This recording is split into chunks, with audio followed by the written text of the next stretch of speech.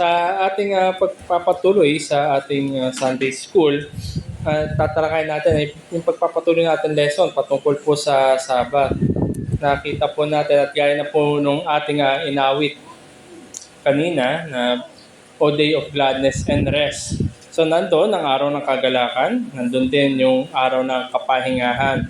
Natalakayin natin mga nagdaan na lessons po natin yung gaya ng pagpapatuloy ng Sabat, ang paglipat mula sa ikapitong araw tungo sa unang araw ng linggo.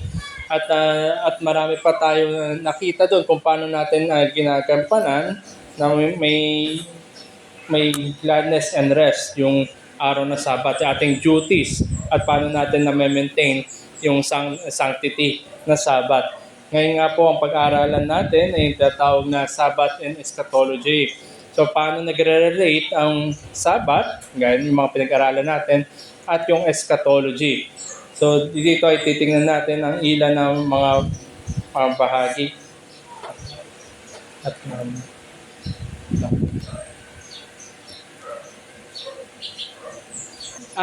sa pag-aaral po ng nabanggit ko na una or 2-3 Sundays ago, nung sinimulan natin pag-aaral patungkol sa Sabat, nabanggit ko doon na kailangan natin na meron tayong kaunawaan ng systematic theology and biblical theology. Systematic theology, ito po yung nagsasabi na, or yung sabi natin, kinolect yung mga teksto, mga katuruan ng salita ng Diyos patungkol sa specific topics. Meron pong 8 na major pillar ang systematic theology. In-arrange po ito para maunawaan natin. Alam natin ang salita ng Diyos ay napakalawak niyan. Iba-iba yung tinatalakay sa iba't ibang bahagi. At mga katuruan na masabi natin kailangan ay hukayin na malalim. Ang 8 pillar po na systematic theology, ito yung tatawag na yung theology proper, doctrine of God, anthropology and hamartiology, ito yung man and sin, Christology, doctrine of Christ, teriology, salvation, pneumatology, Holy Spirit, ecclesiology, church, eschatology, doctrine of the last things. Sapagkat ang salita ng Diyos ay tahi-tahi yan, isang sabihin natin, robust na libro, na aklat, na kung saan yung kapahayagan ng kalooban ng Diyos ay binapakita niya sa nilikha at sa katauhan.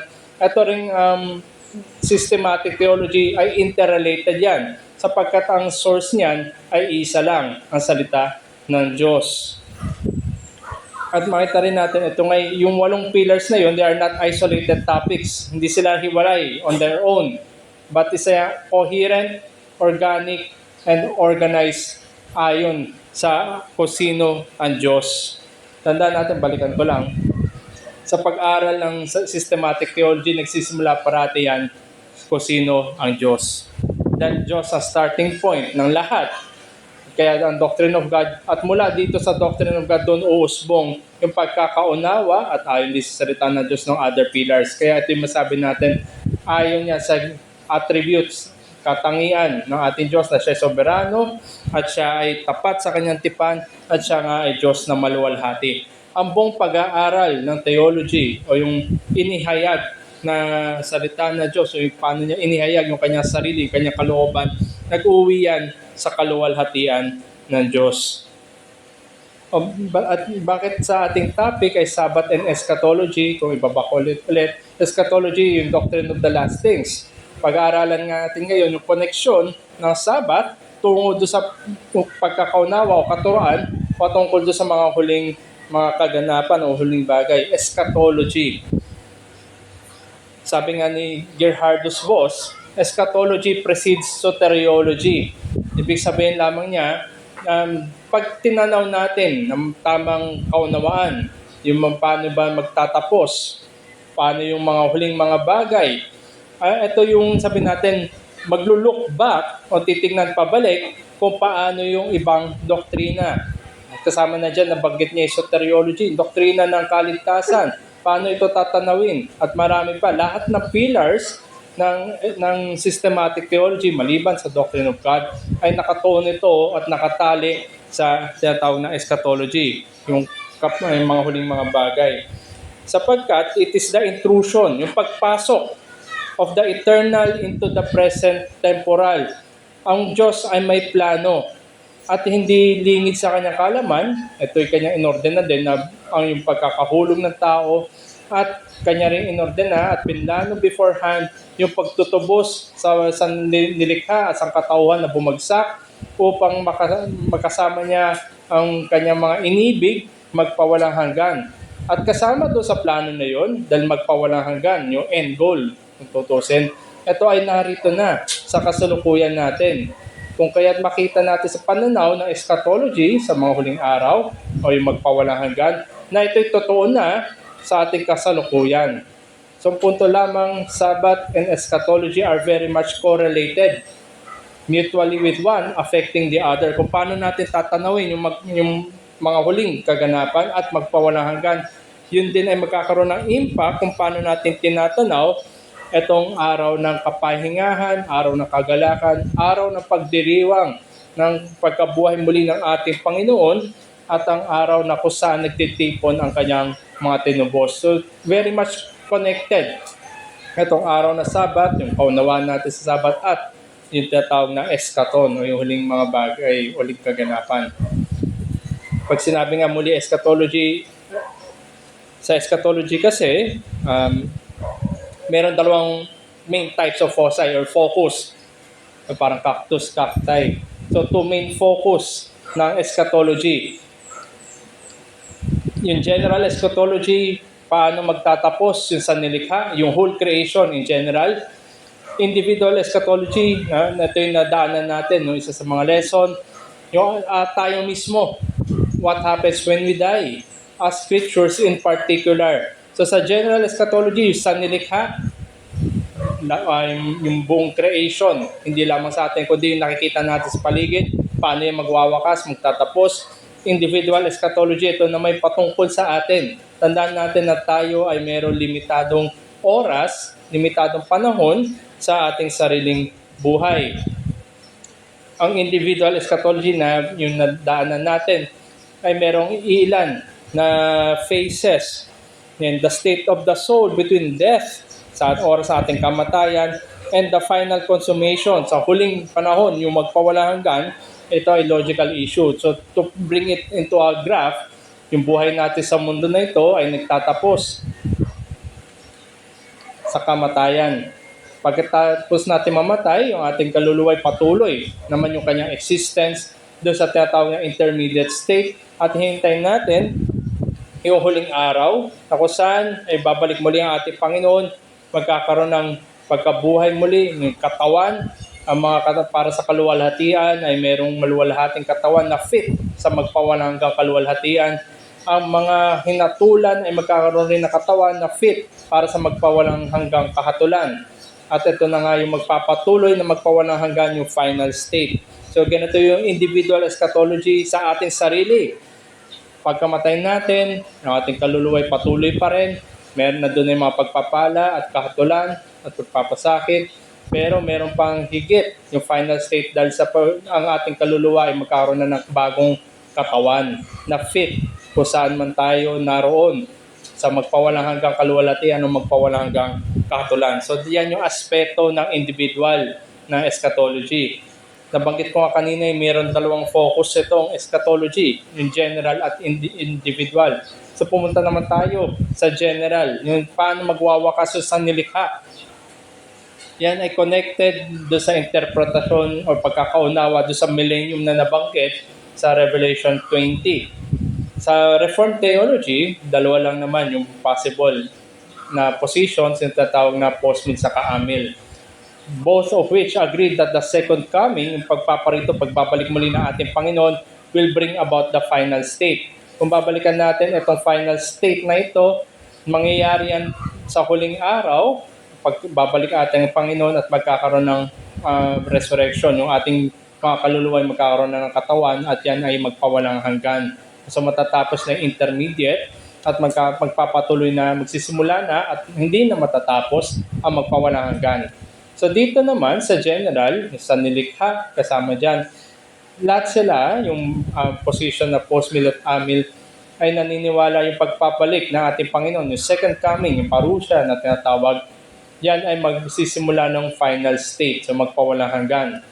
So ano ba pinagkaiba? Ang post-mill, dito sa graphic na ito, yung corona, ito yung unang pagpaparito ng ating Panginoon, yung kanyang life, death, resurrection, at ascension.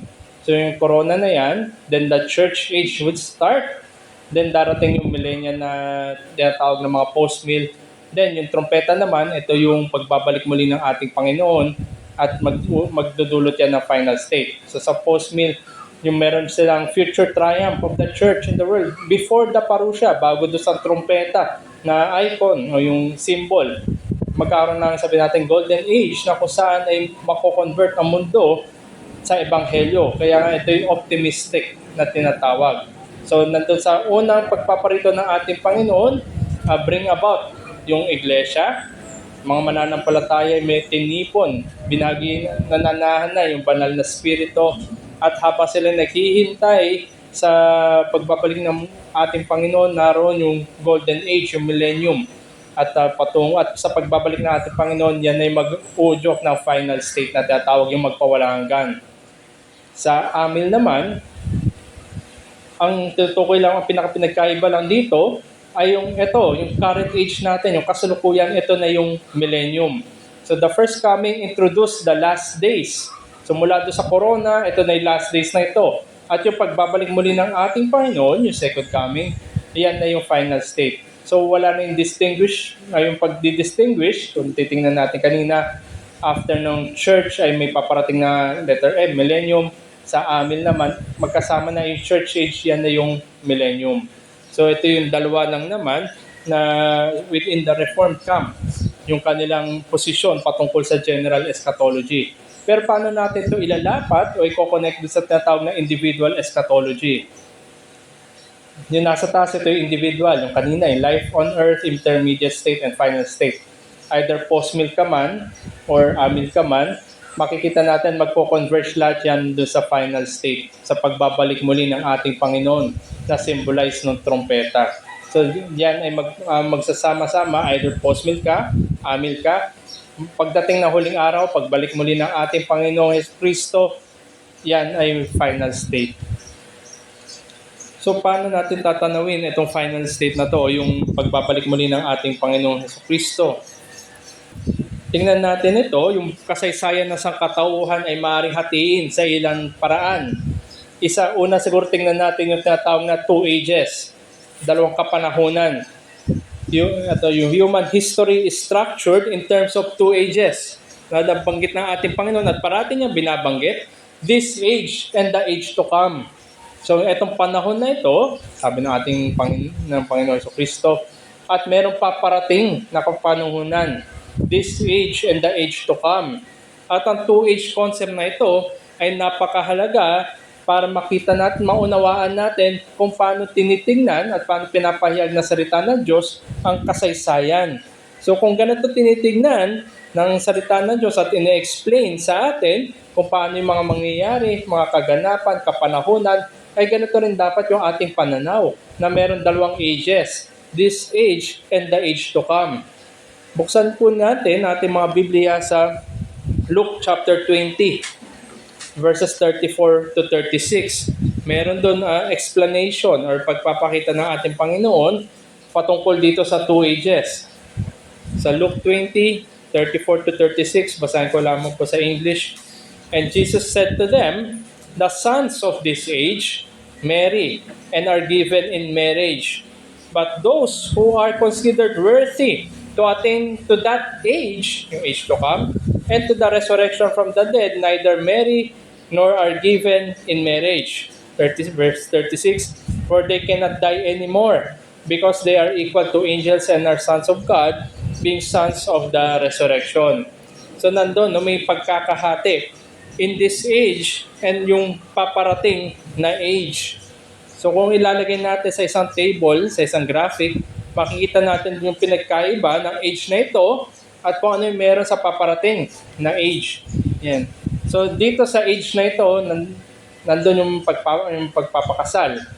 Sa paparating na panahon, wala nang pagpapakasal. Sa age na ito, nandun yung kamatayan, the age to come, walang death. Sa age na ito, nandun yung natural men. Natural men, we are all Kung wala tayo kay Kristo, wala tayo na kay Adan, we are all destined to die. At ang age to come, resurrected men. At sa panahon na ito, evil and good men coexist nandoon.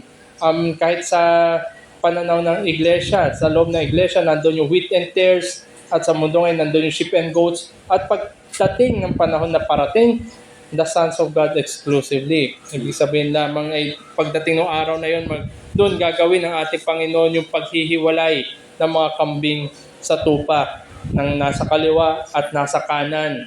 Ang mga tupa ay dadalhin sa magpawalang hanggang pagpapala, ang mga kambing ay dadalhin sa magpawalang hanggang kahatulan. So dito, ito isang sample lang, itong Luke 20, na nandun yung binigay ng ating Panginoon, yung pinagkaiba o yung hati, yung dividing line, this age and the age to come. And to put it in a better way, etong age na ito, ay tingnan natin sa pananaw ng unang pagpaparito ng ating Panginoon. At matatapos nga yan sa kanyang pagbabalik muli. Ilang teksto ang maaari natin makita. Halimbawa na lamang yung Hebrews 2:5-9, Hebrews 6 and 6:5, sabi nga dito, ito yung sa Hebrews chapter 6, warning passage, basahin ko lamang po yung verse 5. Sa mundo sa panahon na ito, they have tasted the goodness of the Word of God and the powers of the age to come. Bagamat nandoon, kasama sa age to come, yung mga powers na yon, yung pagpapala na magpawalagan, eternal promises, at yung mga glories, pero narito na sila. Yung iba nga'y nalasahan, marahil. Sinasabi ng Hebrews chapter 6, marahil ikaw ay nandoon sa iglesia, nakikita mo ang mga kaibigan mo o kakilala mo ng mga Kristiyano na nakita mo sa kanilang pagbabago, na buhat na ebanghelyo at ang kanilang pag-asa kay Kristo, na meron silang totoong pagbabago sapagkat meron silang pag-asa. Ngunit ikaw, na nakita mo sila, nakita mo yung kapangyarihan ng ebanghelyo, marahil ay nakinabang ka pa sa pagturo ng salita ng Diyos. You have tasted, nalasahan mo na, nakita mo na, pero yan ay it belongs to the future pa, pero nandito na in the present. So nandito tayo, bagamat sa age na ito, pero yung mga belonging sa age to come ay narito na, yan ay totoo. At kung titingnan din natin, ilagay rin natin sa another graphic, itong kasalukuyan na age na ito yung mundo natin, yung panahon natin, nandyan tayo. At yung sinasabi ng age to come, yung pagbabalik muli ng ating Panginoon, magkakaroon ng resurrection, tapos dadalhin niya yung kanyang mga inibig sa bagong langit at bagong lupa, at ang mga hinatulan ay magpawalang hanggang kahatulan. Yan yung age to come, yan ay eternity, in the future pa. Pero nagkaroon ng pagpasok, pag-breach, pag-intrude ng mga bagay na age to come pa, ay dumating na dito sa age na ito, sa panahon ng pag-resurrect, pagkabuhay muli ng ating Panginoon. Nandun na yung kaharian, inaugurated, nagsimula na. At habang hinihintay pa yung magpawalang hanggang kaharian, ang mga bagay na ito ay totoo na. Yung mga tokens, mga patikim ng kingdom na yan ay totoo na dito sa panahon natin. Kung makikita natin yung dotted line, yan ay mahihiwa sa paparating na last day. Kung titingnan natin, bagamat itong age na ito, pumasok ng kaharian ng Diyos, meron pa rin dotted line, hintayin yung last day. At simula doon sa taas naman, ay tingnan natin, pagdating na huling araw, straight line na yan. Final state, magpawalang hanggan. So nandun yung overlapping ng two ages. Itong age na ito at yung age to come na paparating, na bagamat yan ay to come pa, yan ay in the future pa, na ay pumasok na sa kapanahunan natin in this age. At yan nga ay magkakaroon ng pagtatapos sa huling araw. Matatapos ang age na ito at magkakaroon ng realization, magkakaroon ng sa katuparan yung magpawalang hanggan pagdating muli ng last day. So makita natin, ano ba yung significance na itong age na ito at age to come para sa bawat isa sa atin. Isa sa significance na ito isang babala. May katapusan ang buhay natin individually. May katapusan ang panahon sa mundo na ito, yung generally. At pagdating ng huling mga araw, pwede natin tingnan kung tayo ba ay nandoon sa loob ng kaharian o wala. Ang sabi ng ating Panginoon, meron siyang ginamit na parable na isang wedding feast. Sino man ang matagpuan na hindi angkop yung kasuotan, ilalabas. Di ba sabi, dadalhin sila sa lugar ng gnashing of teeth na walang katapusan ang apoy. Pero habang hindi pa dumarating yung huling araw na yon, habang hindi pa rin dumarating yung huling araw natin sa mundong ibabaw na ito, nawa matyakin mo na nandun ka sa kaharian na magpawala hanggan habang hindi pa dumadating ang huling araw. So ito yung makita natin how it relates dun sa age and age to come. Another division na pwede natin tignan ay yung old and new creation. Lumang sannilikha at bagong sannilikha. So, the old and new creation are basically synonymous. Kaparehas lang naman na this age and the age to come. Ilang ulit itong binabanggit din ni Apostol Pablo na ginagamit niya to describe yung paparating ay patungkol naman sa sannilikha, yung creation. Halimbawa na lamang, two ages are equivalent to the two creations. Yun sa 2 Corinthians 5:17, anyone in Christ, new creation. So kung sino man ay kay Kristo, siya ay masasabi na kabahagi ng bagong sannilikha. Bagamat narito, yung bumagsak na mundo, yan yung old creation, ang mga kay Kristo sila ay parte, bagamat parte ng mundo na ito, narito pa sila. Pero ang bagong sannilikha ay miyembro ng paparating na panahon. So, lagyan natin ulit ng graphic. Ito yung old creation, yung fallen world na kung saan nandun tayo nabubuhay. Ang new creation, ito yung magpawalang hanggan din. At pumasok na nga ang new creation na ito sa pagkabuhay muli ng ating Panginoon sa kanyang kaharian na inaugurated niya. At lahat na kay Kristo, bago nilikha, bagamat sila'y bago nilikha, sila'y nabubuhay pa rin dito sa bumagsak na pagkakalikha na ito, this fallen creation. So nandito ulit yung dotted lines natin. Magtatapos yan sa panahon na pagbabalik muli ng ating Panginoon. On the last day, sabi nga ng ating Panginoon, habang narito pa, di ba, not even an iota, yung kudlit, yung tuldok, ay lilipas. Ngunit ang salita ng Diyos ay mananatili magpawalang hanggan. So bagamat, narito pa yung epekto ng kasalanan. Tandaan natin, ano yung pangako ng pagbabalik muli ng ating Panginoon? Sabi niya, idadalhin po kayo sa lugar na kanyang pupuntahan, maraming mansyon. Dadalhin tayo at sa lugar na yon, wala na yung tears, wala na yung sorrow. Iwa-wipe away ng ating Panginoon yung ating mga luha at ang mananatili na lamang, sabi nga ng Apostol Pablo, ay pag-ibig. So, ito yung karakteristik ng new creation, mga kaibigan.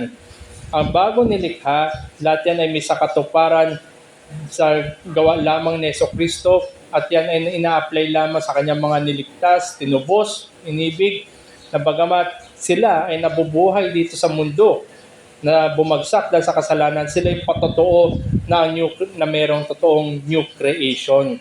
At ayan rin yung pag-asa. Ito yung application siguro sa atin. Kung ikaw ay kay Kristo, marami kang dinadaanan na pahirap, pasakit, yung infirmities ng ating mga katawan. Bagamat sinasabi nga, kung tayo kay Kristo, new creation na tayo. Pero darating, at yak na darating, na kung saan sa pagbabalik muli ng ating Panginoon, wala na yung mga pasakit, wala na yung mga infirmities na ating pangatawan, wala na yung sumpa na kasalanan. Ang mananatili na lang ay magpawala hanggan na kagalakan, na kasama Trinidad na Diyos at ang mga kapatiran na tinubos din ng ating Panginoon. Wala na sumpa ng kasalanan, wala na yung sakit, wala na anything na sabihin natin na nagbibigay sa atin ng kalungkutan o hinagpis sapagkat ang karakteristik nga ng new creation ay pag-ibig. At yan ang meron sa ating Panginoon.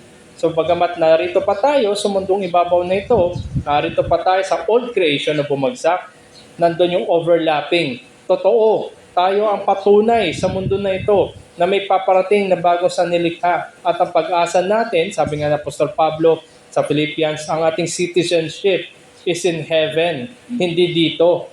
Tayo ay pilgrims lang dito sa old creation. Ang ating citizenship kung saan tayo belong ay doon sa new creation sa taas.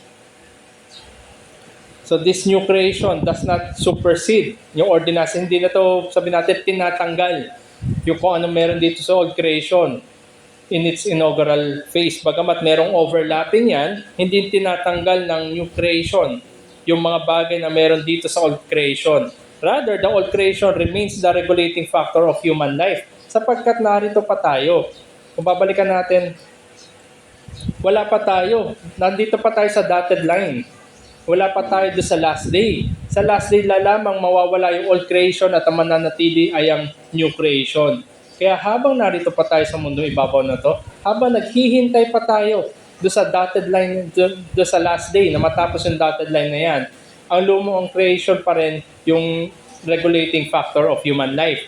So narito pa rin tayo, subject pa rin tayo sa gobyerno, sa pagtatrabaho, at yung mga normal na buhay natin. Bagamat meron na ang pag-asa natin at ang ating nakatuon tayo doon sa paparating na new creation.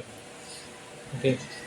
So the point being dito is that the change of the first day, yung ating pinag-aralan mula doon sa Sabbath, sa Lumang Tipan, at ang Christian Sabbath ngayon sa unang araw, the change to the first day is the sign that the new creation has come. Balikan natin muli. Ito, sa resurrection of Christ, di ba, napag-aralan natin kung paano nailipat mula doon sa pangpitong araw sa mga Hudyo tungo sa unang araw kung saan nagtitipon, saan nabuhay muli ang ating Panginoon. Nariyan nagtitipon ang kanyang mga tinubos. The change to the first day is the sign that the new creation has come. Ang bagong sanlilikha ay dumating na dito, bagamat narito pa tayo sa old creation. So the continuance of weekly Sabbath is the reminder that the old creation has not yet passed. Nandito pa tayo sa dotted line. Hinihintay natin yung huling araw. So another way to put it, nakita natin this age and the age to come, old and new creation. Tingnan natin isa ring principle sa bagong tipan na sinasabi nga ng may akda ng Hebreo, there remains a Sabbath rest. May natitira pa na kapahingahan. Ito nga'y matatagpuan. Ito yung second warning passage sa Hebrews. Ito yung Hebrews chapter 3 verse 7 hanggang chapter 4 verse 11. So tingnan muna natin. In your free time, pwede nyo tingnan, basahin itong second warning passage na ito ng Hebrews 3:7 hanggang 4:11. Pero to save time, tingnan natin muna kung ano ba yung references na ginamit na may akda ng Hebrews. Tandaan natin ang sulat para sa mga taga-Hebreyo. Ito ay sabihin natin isang long sermon, mahabang pangangaral yan. Yan nga rin ay nagpapatibay ng superiority ng Panginoon sa Kristo sapagkat sila nga ay natitempt, nanliliit na sila na bumalik sa luma nilang kaparaanan sa Judaism. So babalik ulit sa paghahandog, babalik ulit sa templo, babalik ulit sa mga kaginagawian ng mga Hudyo. Sapagkat sila ay nauusig, sila ay sabi natin na-challenge yung kanilang pananampalataya. Kaya sinulat na may akda ito para pagtibayin ang pananampalataya ng mga nakikristo. Ginamit dito ng may akda yung Psalm 95. Psalm 95, sabi niyo doon, today if you hear His voice, do not harden your hearts. Ito rin yung ginamit na may akda ng Hebrews na huwag niyo na patigasin ang inyong mga puso. He is referring dito sa Psalm 95. Today if you hear His voice, do not harden your hearts as at Meribah. Yan. Meribah and Massa. As on the day at Massa in the wilderness. Ito is Psalm 95. Nabanggit doon yung Meribah at Massa. Dalawang lugar, dalawang kaganapan. So yung author ng Hebrews, sa Hebrews 3:7 to 4:11, nagre-refer siya dito sa mga awit sa Psalm 95. At yung author na Psalm 95, nagrefer dun sa dalawang pangalan na ginamit niya, Meribah at Massa. Exodus 17, yung water from the rock na account. Naroon yung lugar ng Meribah at yung pangalan ng Massa. Ito nga ay yung pagsubok at pag-aaway. Nagkaroon ng bangayan within the Jews. Tandaan natin, kalalabas lang nila mula sa Ehipto. Away agad. Parang hindi sila na-wonder kung paano yung katubusan na ginawa ng Diyos. Nandun kagad, quarreling. At hindi lamang quarreling, sinubukan nilang ang Diyos. They tested God. Nilagay nila ang Diyos sa pagsubok. So ito very negative. At itong Numbers 14 din, naroon din yung pagsusubok na ito kung saan sinubok nila ang Panginoon. Nag-send out ng spies ang Israel. Ngunit hindi sila nakinig. Dalawa lang sa 10 spies o sa 12 spies yung may magandang report. Si Caleb and Joshua lang yung may magandang report. Ngunit hindi nila pinakinggan. Sila ay nag-rebel. At muli ay pinut nila ang Diyos to the test. So dito, sa mga tweet, ang background nito, ang sinasabi lamang na may akda ng Hebreo, nag-refer siya doon sa mga nangyari na nakaraan. Huwag mo na subukin ang Diyos. Huwag mong patigasin ang iyong puso sa patunay na bagamat may Sabat ngayon sa kapanahunan at nagpapatuloy hanggang sa panahon natin ngayon at meron pang paparating. Huwag mo subukin ang Diyos dahil meron pang paparating na kapahingahan. So the imagery of Israel's wilderness experience, di ba hindi nagtagal sila doon? Kung tutusin, madali lang. Hindi naman magtatagal, matatawid na nila dapat yung Jordan. Pero dahil sa katigasan na kanilang puso, doon na sila namatay at hindi sila nakaabot sa pangakong lupa. It is also the present situation of believers. Tandaan natin ang mga Hudyo, doon sa Ehipto, they were delivered from Egypt, pero hindi sila nakarating sa promised land at kailangan nila na diligence at pagpapagal para makuha nila yung kapahingahan na pinangako ng Diyos sa Kanaan. Di ba ito yung promised land? Land flowing with milk and honey, na kung saan ibibigyan ko kayo ng kapahingahan mula sa inyong mga kalaban. Ito yung pangako ng Diyos sa mga Israelita noon, pero hindi nila yun nakuha. Kung kaya makita natin, mga kaibigan, this Sabbath rest is identified not only with the creation, pero ito rin ay katubusan. At ang kapahinga na Sabbath na ito, yung tinignan natin mga nakaraan na lesson, sa Ten Commandments, nirefer ng Diyos ang creation, at yung reiteration sa Deuteronomy 5 na Sabbath commandment, ito yung katubusan. So this Sabbath rest is yet future. Bagamat narito na, ikay tinubos na kung ikay nakikristo. Pero meron pa parating pa na kapahinga magpawalang hanggan na totoo dapat sa iyo bilang mananampalataya. Hindi itong mundo yung kapahingahan mo, kundi meron pa parating na eternal Sabbath rest. At ang punto na ginagawa dito sa atin, bakit natin tinatalakay ang there remains a Sabbath rest? Sapagkat ang Israel, they are just entering itong kapahingahan na ito sa pamamagitan ng wilderness. Kung ikay mananampalataya, tingnan mo rin ito, ang kasalukuyan na realidad ng iyong buhay bilang wilderness na ikaw ay papasok pa lamang doon sa magpawalagang kapahingahan. There is that overlapping. There is that overlapping hindi lamang ng mga ages, both present and future, sapagkat ito'y sa hinaharap pa. Kaya nga there remains, may natitira pa na kapahingahan. Bagamat may mga dumadako sa ating buhay, kada linggo, meron tayong Sabbath, meron pang paparating at natitira pa na magpawala hanggang kapahingahan. Ikaw rin, kung ikay mananampalataya, dumadaan ka lamang rin dito. You are entering. Hindi pa ito yung final rest natin. There is the weekly Sabbath rest pointing us to the eternal Sabbath. And this demands that the weekly Sabbath ay nagpapatuloy sa kasalukuyan in some form. Naroon na yung paglipat ng mga araw. Naroon na rin yung pagtitipon ng mga tinubos ng Diyos dahil nabuhay muli ang ating Panginoong Hesukristo. Naroon din yung pagpapaalala sa atin na kailangan tayo makibaka sa laman at magpatibay ng ating pananampalataya, lalo-lalo na sa kapulungan ng mga mananampalataya sa araw na Sabat. Kung kaya't ito ngay admonition to persevere, not an admonition to conversion. Kung ikaw ay mananampalataya, tandaan natin, merong meaning sa atin ang kapahingahan. Merong meaning sa atin ang Sabat, na saan tayo nagse-celebrate ng tagumpay ng ating Panginoon. Pero tayo dapat magpagal. Tayo dapat magpatuloy. So, lagyan natin ng graphic, mga kaibigan. Weekly Sabbath, ito yung nasa mundo natin, sa panahon natin. Eternal Sabbath rest, sa future yan, there remains, so hindi pa dumadating.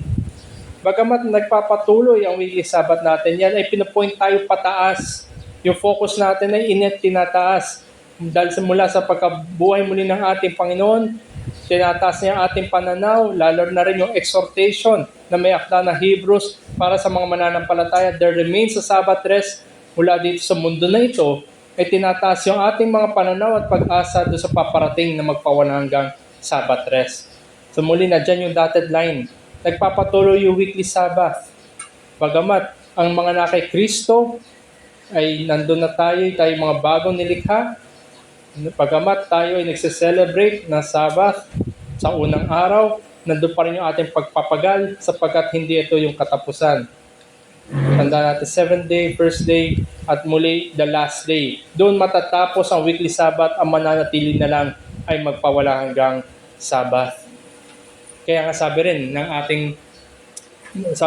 sa pamamagitan ng mga kapahayagan ng Revelation kay John, naroon sa magpawala hanggang, diba, hindi na kailangan wala na siguro, or wala na yung brightness na sun, kundi ang liwanag na lang ang nagmumula sa Trinidad na Diyos. Walang araw, walang umaga, walang gabi, perpetual na Sabbath ang naroon.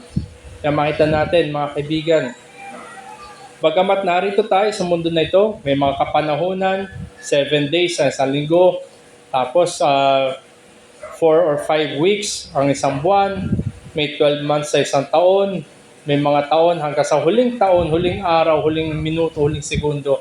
Pagbalik ng ating Panginoon, mawawala na ang oras. Ang mananatili na lang ay magpawalang hanggan, at yan nga ay ang kapahingahan na matatamo ng mga nakikristo. So there remains a Sabbath rest. So ano yung practical application natin para bakit natin tinatalakay itong there remains a Sabbath rest? Siguro para sa iba, ang araw ng linggo ay araw ng kapahingahan mula sa trabaho. That's it. O di kaya araw ng bakasyon, araw ng pagpapasyal. O para sa iba, ito ay family day, marahil. Pero para sa isang mananampalataya, naroon, hindi natin ginugugol, hindi natin sinasayang yung araw ng linggo sapagkat meron significance yan. Pero bagamat tayo nagtitipon sa mga iglesia, sa mga lokal na gawain, tuwing araw ng linggo, hindi pa yan yung huli. Narito pa rin tayo sa mundong ibabaw na ito. At ang yung pag-asa ay hindi matagpuan nawa sa mundong ibabaw na ito. Kundi doon sa huling araw sa pagbabalik ng ating Panginoon, makukonsummate ang lahat, na meron tayong makakasama natin siya magpawalang hanggan, na meron tayong maluwalhating katawan, angkop para sa magpawalang hanggan, at ang magpawalang hanggan na yan ay ito na ang eternal Sabbath rest natin. Muli, hindi ito linggo na ito, hindi rin yung last week, at Lord willing, hindi rin yung paparating na linggo. Kung kaya tayo dapat magpagal sa pananampalataya, makibaka sa laman, at linangin natin yung mga biyaya ng Diyos. So nakita natin yung mga connection na ating mga tinalakay ng Sabbath at ng eschatology. This age and the age to come, matatapos ang age na ito, at ang magpapatuloy ang magpawalang hanggan na age. Naroon din yung new creation, old creation. Ang sino man nakabahagi ng old creation, pagdating natin Panginoon, kung ikay wala kay Kristo, kung ikay kabahagi pa rin ng old creation, naroon ang kahatulan, magpawalang hanggan. Ngunit ang sino man na kay Kristo, bagamat sila'y parte na ng new creation na nabubuhay dito sa mundong ibabaw, sa old creation na ito, sila rin yung makakasama sa magpawalang hanggan. At lalo na, kung ikaw ay mananampalataya, meron ka dapat na matimbang na pagtanaw sa weekly Sabbath. Ngunit ganun pa man, hindi ito yung magpawalang hanggang Sabbath. May naititira pa. There remains a Sabbath rest. Kung ikaw ay nakikristo, kaibigan, naway matuon ang iyong pag-asa sa magpawalang hanggan.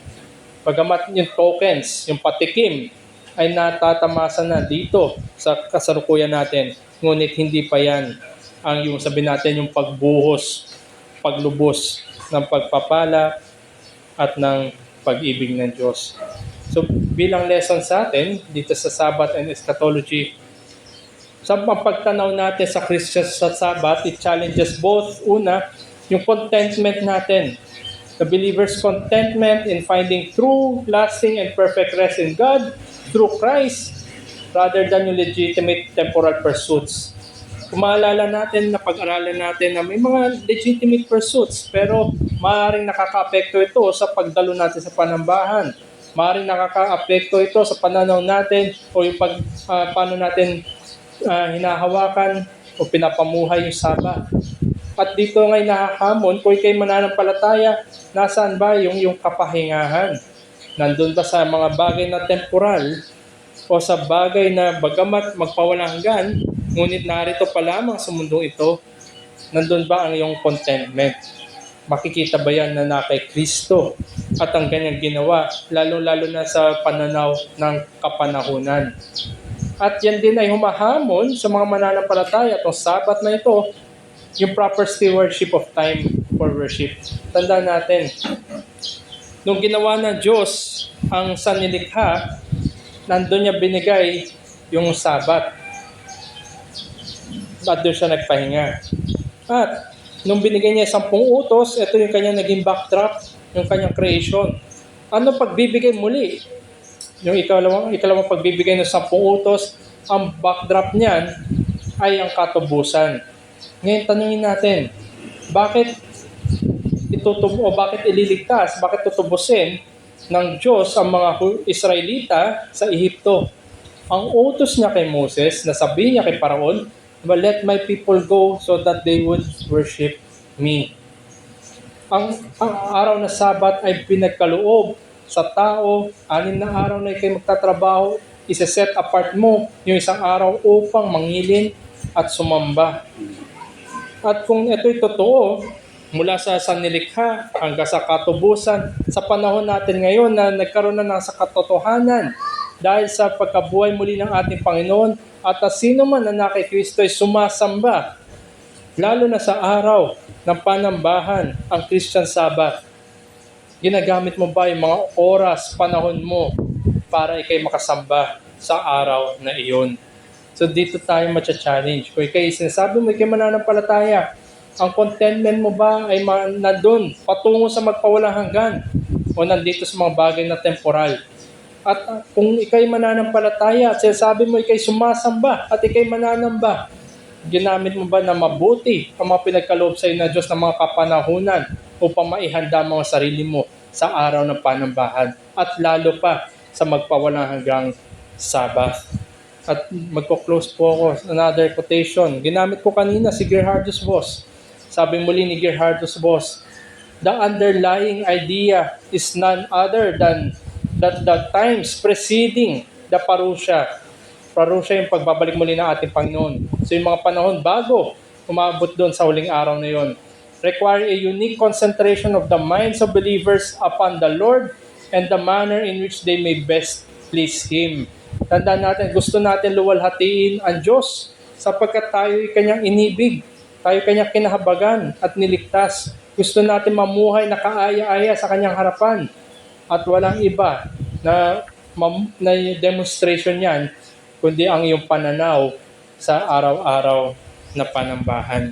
Tandaan natin, nandun yung pakikibakan natin sa laman, nandun yung paglininang natin ng mga biyaya ng Diyos, at lalo pa mahahamon tayo kung paano natin ang ating pag-unawa, ang ating paghawak sa Sabbath, at kung paano natin tatanawin yung panahon na mga natitira panahon hanggang sa magpawalang hanggang kapanahunan sa eternal Sabbath.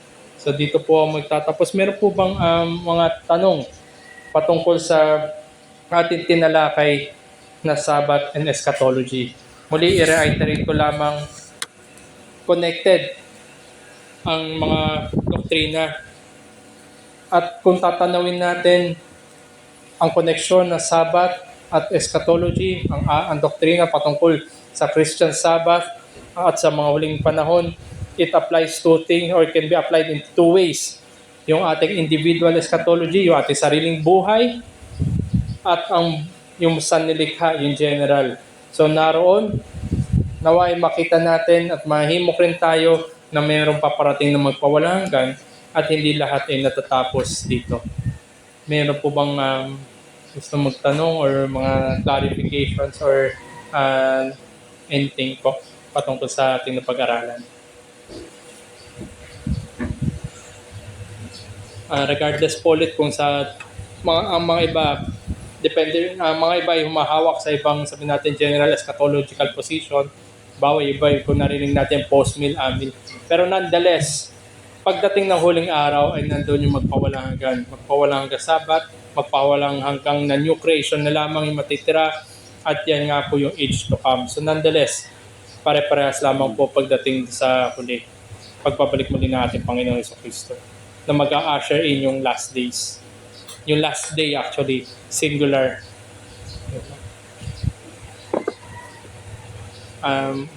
May gusto po pa magtanong? Wala.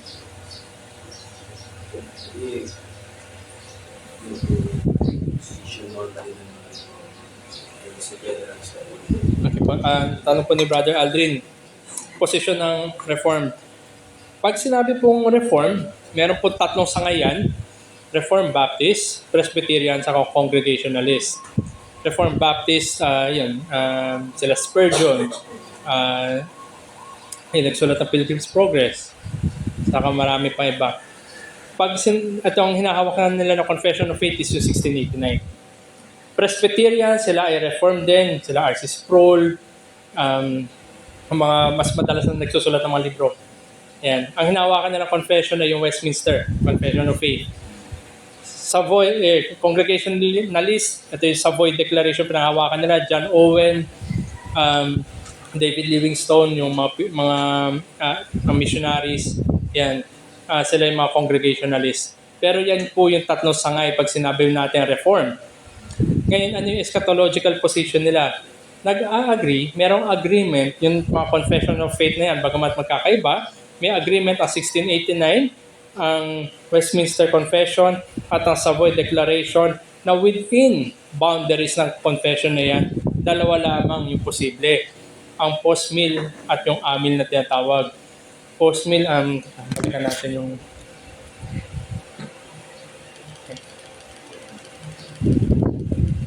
Balikan natin para may graphic tayo yung nakikita.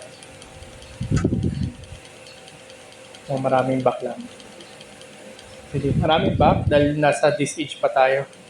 Hindi pa paparating yung... Ayan. Ito. Yan, post-mill. So ito yung post-mill. Within the confines yan ng confession, either 1689 Westminster or Savoy Declaration. Legitimate yan. Marami sa mga Presbyterians ay post-mill. Minor position ng amil.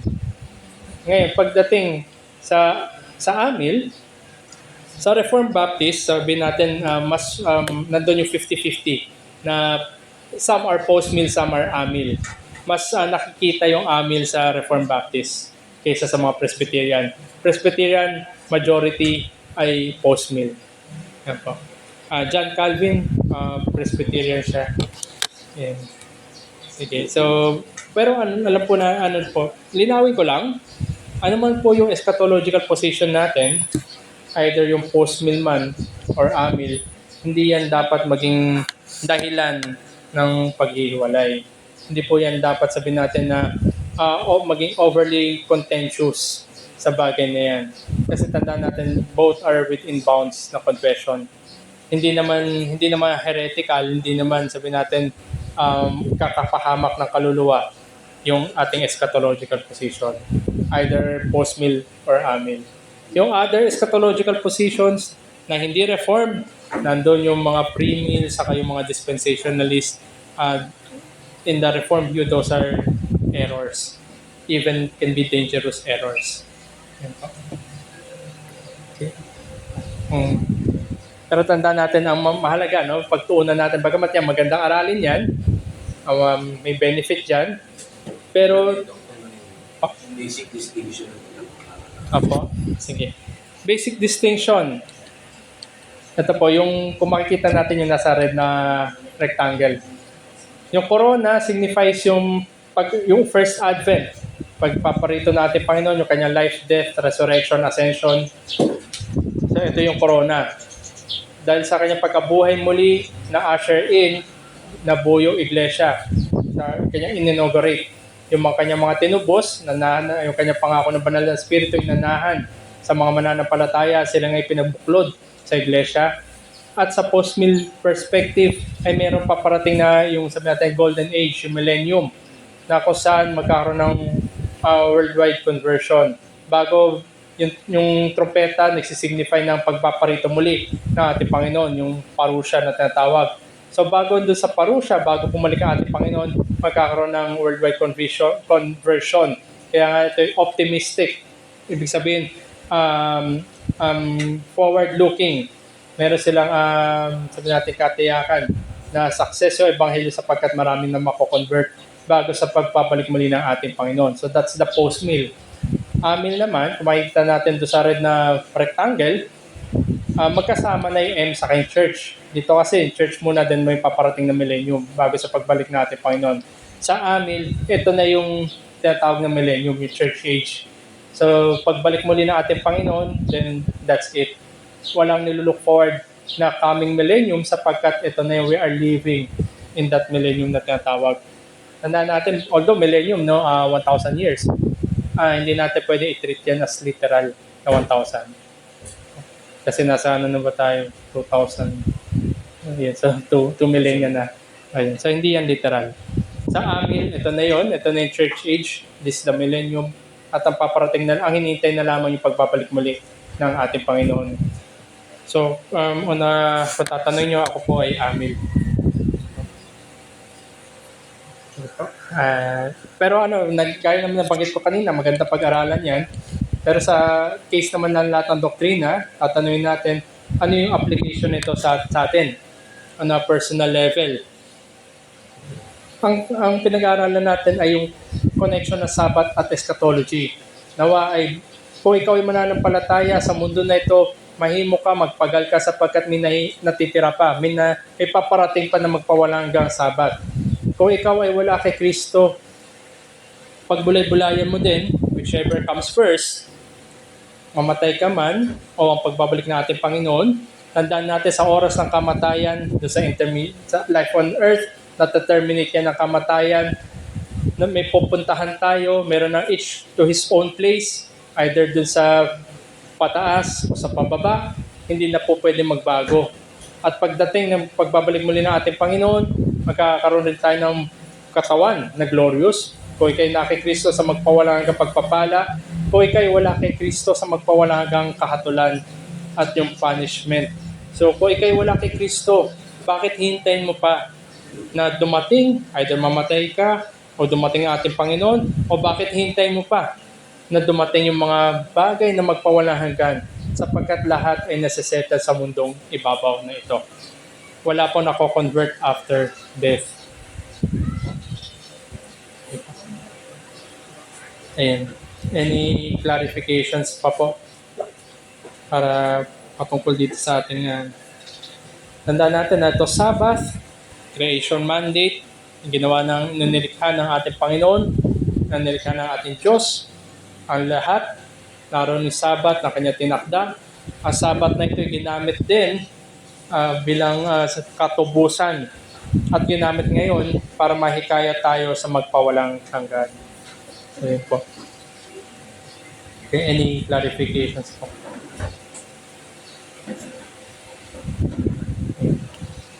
May mga gusto po magtanong. Sige po. Din ako sa Amil at Post-Mill. So Amil is coexisting yung good and evil. Parehas po. Before the Christ return. Apo. Tapos yung Post-Mill, parang we're in the golden age na. Hindi pa. Para sa kanila, nandun yung in the present, nandun pa rin naman yung good and evil. Pero darating yung panahon bago bago bumalik ang ating Panginoon na magkakaroon ng massive worldwide conversion. Okay. So parang ma-filter na everything before Christ return. Opo. Kaya po, optimistic sila dahil darating yung time na yon bago bumalik ang ating Panginoon. And so, challenge din yan sa mga mananampalataya na anuman yung position mo dyan, maging tayo masigasig sa pagpapatotoo ng Ebanghelyo sa pamumuhay natin. Either kung ikay post-mill, ginagampanan mo yung tungkulin mo bilang mananampalataya, pinamumuhay mong Ebanghelyo para mahikayat sa pananampalataya ang mga wala pa kay Kristo. Kung ikaw ay amil, ganun pa rin naman. Ikay mamuhay na naaayon sa Ebanghelyo. Sikapin mo na mahikayat ang iba sa pananampalataya, whether or not post-mill ka or amil. So, ganun siya nag-work. Ganun dapat. It is not, hindi yan point of contention na maging, sabi natin, hardliner tayo. To the point na ang nagiging quarreling na tayo ngayon ay patungkol sa position. Ayan. Hindi siya dapat ganun. Yan. Again, good to know, good to study yan. Importante kung ikay mananampalataya, lalo na kung you are, sabi natin, student of the word, kayo mangangaral, magandang pag-aralan yan. Pero then again, paano natin ibababayad sa practical level? Saka wag natin i-demonize kung hindi, sabi natin, hindi kaparehas ng posisyon natin. Hindi natin sila i-demonize. Tandaan natin, ang Panginoon na siya nagliligtas, ang mga nakikristo yung nananahan doon, ng banal na spirito, ano man yung mga disagreements, maaaring hindi ma-resolve sa buhay na ito, pero kung ikay mananampalataya, tanawin mo sila yung mananampalataya, likewise pray for them also. Dahil pagdating ng final state, magkakasama ang post-mill at ang amil. Yan. At pati rin, sabihin natin, yung mga mananampalataya of different position. Kung sila tunay na kay Kristo, magkakasama sa magpawalang hanggan. Arsis Prol, nandun na sa langit. Vodi Bocam, Amil, nandun na rin sa langit. Magkasama sila. Nandun na ma-enjoy na nila. Habang hinihintay pa nila pagbabalik ng ating Panginoon sa Kristo, hanggang maitaas na lahat ng mga mananampalataya hanggang sa huling tupa na dadalhin sa fold, ang mga nauna sa atin at mga tapat ay naroon at hinihintay nila tayo para makasama sa magpawalang hanggang Sabat. Sige po, tayo po magtapos sa panalangin.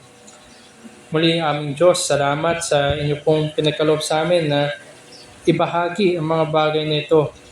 Marahil ito yung mga malalalim na kaisipan, ngunit nawa dalangin namin ay nahimok kami na magpagal sa pananampalataya, sa pakikibakas sa laman at sa patutuo ng Ebanghelyo para po sa inyo pong kadakilaan, sa inyo pong pangalan at paghikayat ng mga wala pa kay Kristo na tunay niya lahat ng nasa iyo ay bahagi na ng bagong sanlilikha na bagamat ay narito kami sa mundong ibabaw na ito na nakikisalamuha sa mga wala pa po sa inyo.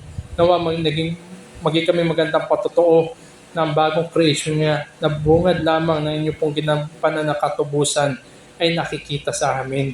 Hiningin namin, Panginoon, na kami lalo pa ma-encourage na magpagal sapagkat maging babala rin ito na mayroong paparating na panahon, paparating na bagong sanlilikha, paparating at nanatiling Sabat na magpawalang hanggan na kung saan ay naroon lamang ang mga nasa inyo. At maging paghikayat din ito sa mga wala pa po sa inyo, O Lord, na makita nila ang kanilang pangangailangan at kanilang kalalagyan kung mamuhay at manatili sila sa pagpapatigas ng kanilang puso at sa paglalagay sa inyo sa pagsusulit. Na Panginoon, kahabagan niyo sila na matamasa rin nila ang mga pangako, ang mga katiyakan para sa mga paparating na mundo. Ito po aming dalangin sa ngalan ni Jesus. Amen. Sige po, magkaroon po tayo ng mga around 10-minute break bago po tayo magsimula sa ating umaga panambahan. Muli, magandang umaga po sa ating lahat.